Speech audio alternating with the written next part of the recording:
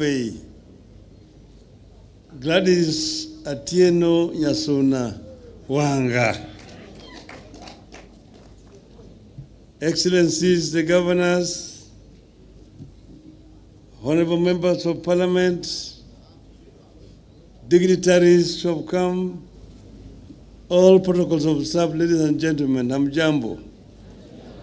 Hamjambo tena. Wow, this is a great occasion. And we are here in a place called Asego Kanyada.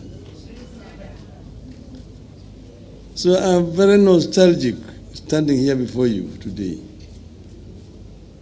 Because when I was growing up, this place was made very famous by the famous Kindu band.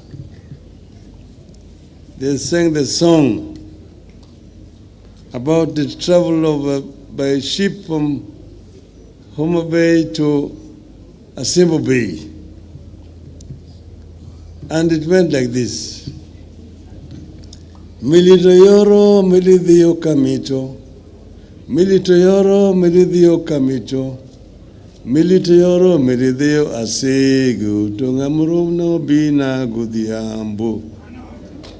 Iwendari verio wadigiseda. Iwendari verio wadigiseda. Oriti wendo keukodongo. Iwendari verio wadigiseda. So that is the travel by ship from Asego. Asego is Homa Bay because of the hill which is called Asego to Asembo Bay those days. So we are happy that this is taking place here at this place. But let me begin because I was told to give a keynote address. Let me begin with a story that is told in the Gospel of John. I know most of the people here are Christians. Gospel of John. And I'm sure so many of you people are familiar with this story. A disciple called Philip meets a man called Nathanael. Philip tells Nathanael that something significant and historic has happened in the town of Nazareth. Not believing, Nathanael asks, Nazareth? Can anything good come out of Nazareth? Philip tells Nathanael, come and see. You can find that encounter in the book of John 1:45 to 46. Come and see. With regard to Homa Bay, I'm not Nathanael. I'm here not because I doubt. We all feel and see a change in the air in Homa Bay. There is intensity and positive energy that has led to tremendous interest in the county. I have come to confirm that Homa Bay has potential and efforts are underway to turn the potential into reality. I'm here to support the efforts. I salute and welcome the distinguished leaders, investors, diplomats, and development partners who have honored Madam Governor's call to them to come and see. Allow me to commend the county government of Homa Bay for this initiative at a time of great economic distress in the country and pressure from the people. These initiatives need all the support of the national government and the international development partners, and I salute all those who came on board. I believe the success of any one county takes the entire country forward.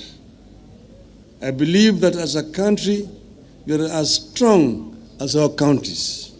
And I want to give the government of Kenya Kwanza free advice that the national government does not need to compete with the county governments.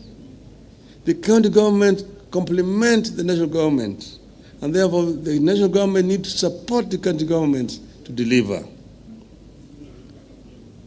From the outset, therefore, I wish to appeal to our development partners to consider county governments as competent and critical actors in the engagements aimed at realizing national and global development goals.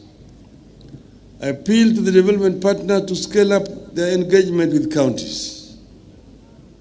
I make this appeal because I'm aware of the attitudes, actions, and pronouncements by some senior national government officials that are meant to dissuade or block development partners from engaging with the counties. I wish to assure our visitors to this country that our counties are managed by some of the most experienced politicians and technocrats in this country who have very clear ideas of what needs to be done. If only they could get the support. Homa Bay is striving to create a space and cut a niche that is very much in order. I believe counties should cooperate and compete at the same time.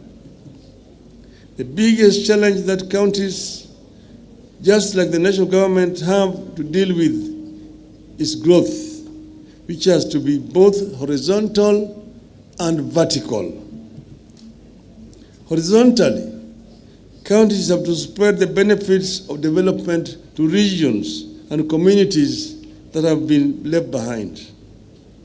Vertically, our actions must meet expectations about quality of life, services, and infrastructure. If the infrastructure for vertical and horizontal growth is not laid early, we will replicate the uneven development that has dogged the national government since independence 60 years ago. Homa Bay has identified agro-allied industries, that is, fishing and aquaculture, tourism, and growing of cotton and other crops for their value chain to help spur prosperity. I concur that agriculture and its value chain and blue economy are holders of real potential for the takeoff. However, to unlock opportunities in agriculture, some radical and bold measures will have to be taken. We are never going to feed ourselves or commercialize agriculture until we wean our people out of subsistence farming. A situation where food shortage is a persistent feature, even among people who identify themselves as farmers, points to something very wrong. Land holding sizes continue to decline. Yield per hectare continues to decline, yet population is rising. It won't be easy. It was never easy to introduce large-scale farming even in Europe or in South Korea. But we must start laying down the infrastructure for the large-scale agriculture in this region. That means educating our people and also laying the ground for irrigation and mechanization of agriculture. You have to diversify and explore other crops. To this end, I appreciate the effort by Homa Bay and neighbors to venture into crops for edible oils like palm, soya, groundnuts, and renewed interest in the cotton. This region once had a thriving edible oils industry that processed sunflower, cotton, and groundnuts. We need them back, and we're happy with efforts which are being made by Homa Bay County here. When we were growing up as small children, cotton was the main cash crop in this region. And there were ginaries in Busia, Luanda, in Siaya, Nderi, in Homa Bay here, and Kindu Bay. There were ginaries here. And women used to take their cotton to the market on market days. And they had mobile weighing scales. You would weigh the cotton and mama would be paid cash on delivery, and she would then transit to go and buy fish or meat in the market. That died when we introduced the monopoly of cotton, lint, and seed marketing board. Cotton was delivered to the board, no payment. 6 months later, children were being sent away from school. That is why people stopped doing cotton. We need to have science work for our people. In this regard, I propose that county governments be given more say, access, and roles in agricultural research bodies, such as the Kenya Agricultural and Livestock Research Organization, KALRO, Kenya Seed Company, the Kenya Forestry Research Institute, and Agricultural Finance Corporation. The idea is to ensure that research and finance reach smallholder farmers who are the bulk work of our agriculture. Currently, there is inadequate flow of information to farmers about the new crop and livestock varieties. Fishing has sustained our communities in this region for generations. It is currently under serious strain, partly because we are relying on the same tools our ancestors used.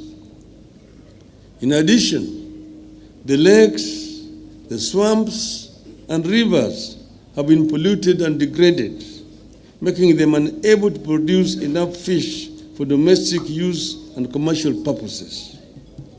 We have to invest in the quality of the water environment of the region's rivers, the lakes, even as we develop fish ponds and cages.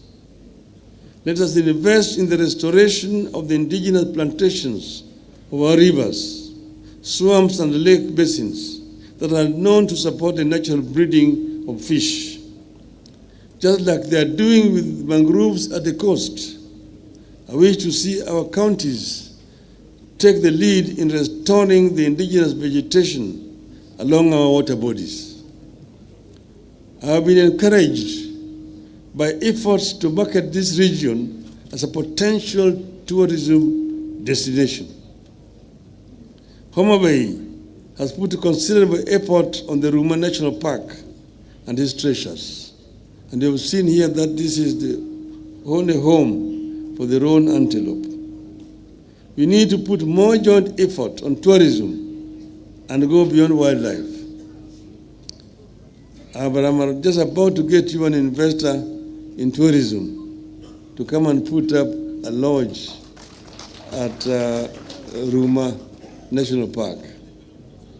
Let us venture into areas like nature, water sports, and cultural and heritage tourism. Today, the national government does not view Lake region as a tourist destination that warrants government support and investment.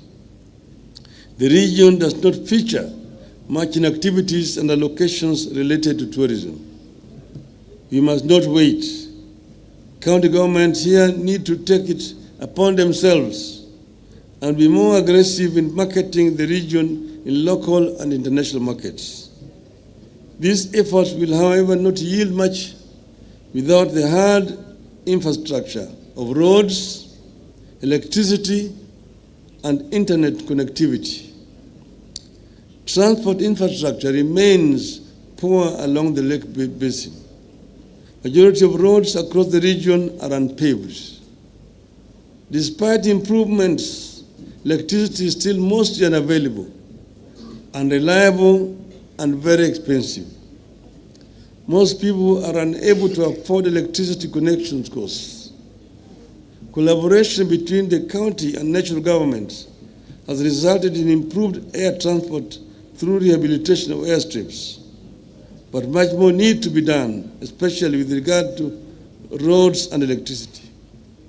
One of the solutions to the infrastructure problem is for the national government to surrender more function to the counties.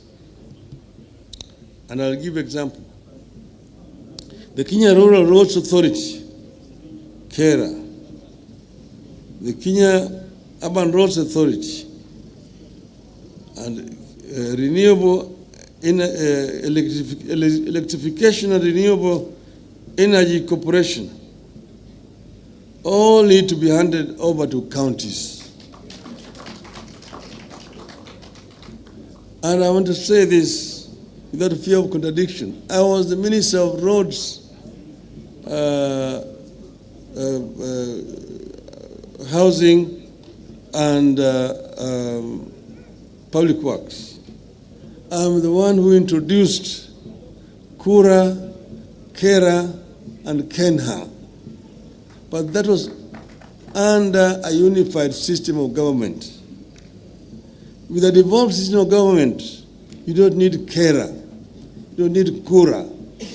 All of them should be surrendered to the county governments.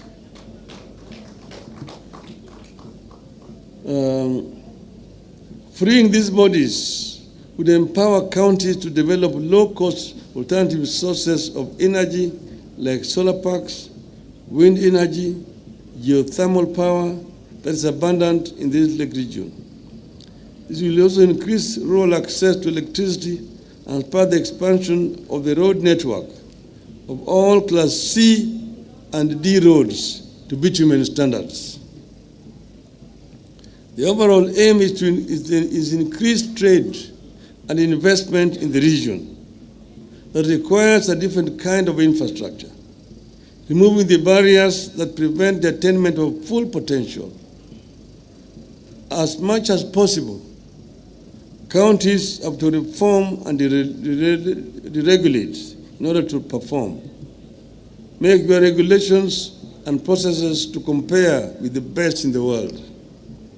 Do not bog the people down with taxes and levies, rules and regulations that only make doing business more difficult. Make doing business not only easier, but also cheaper. I encourage you to make doing business smarter by insisting on IT-based transactions, particularly in the procurement of goods and services and payment for government services.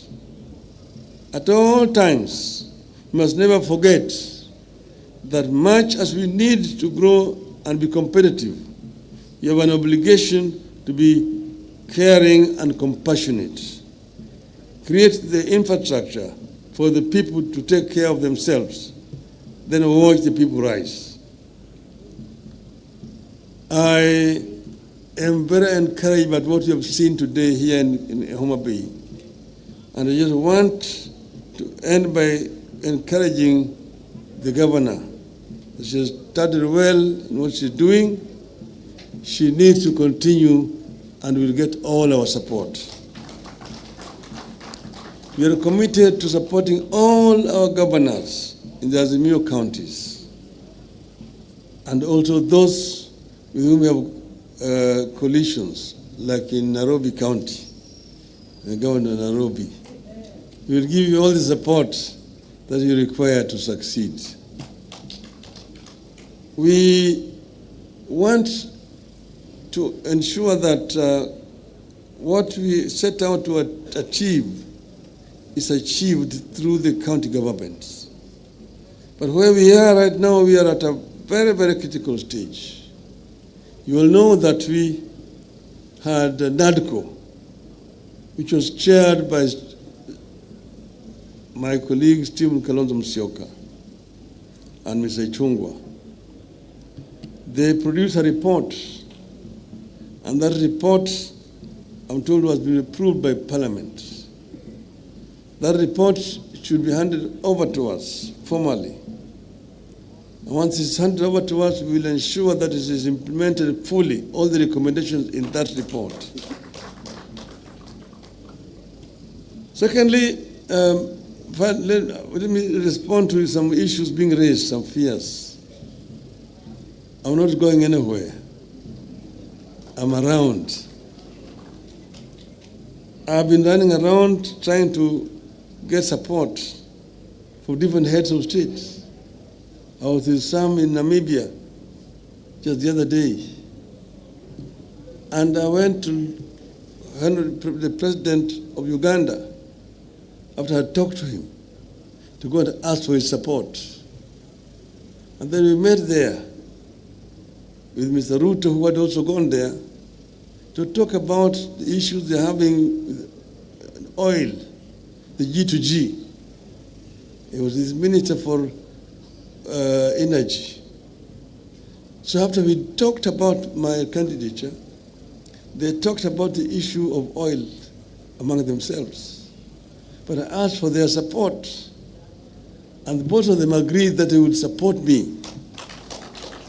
President Museveni said he would be the one to propose me as the chair of African Union Commission.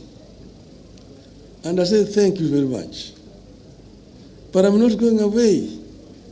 Addis Ababa, as Charity said, is only 2 hours away from Nairobi. I'm available. Whenever I'm called, I will answer. I'm ready to work with you people. But what is important is that we must ensure that what we set out to do is eventually achieved and accomplished. We had said, and you also, some of you may be forgetting, we said that we are unbogable.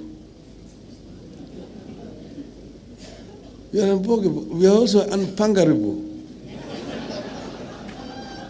You cannot be pangared. Who can pangoa? Who can pangoa? Who can bogoa? Who can bogoa? We are unbogable. Therefore, have no fear at all. We are unbogable, and we will get there. Thank you very much.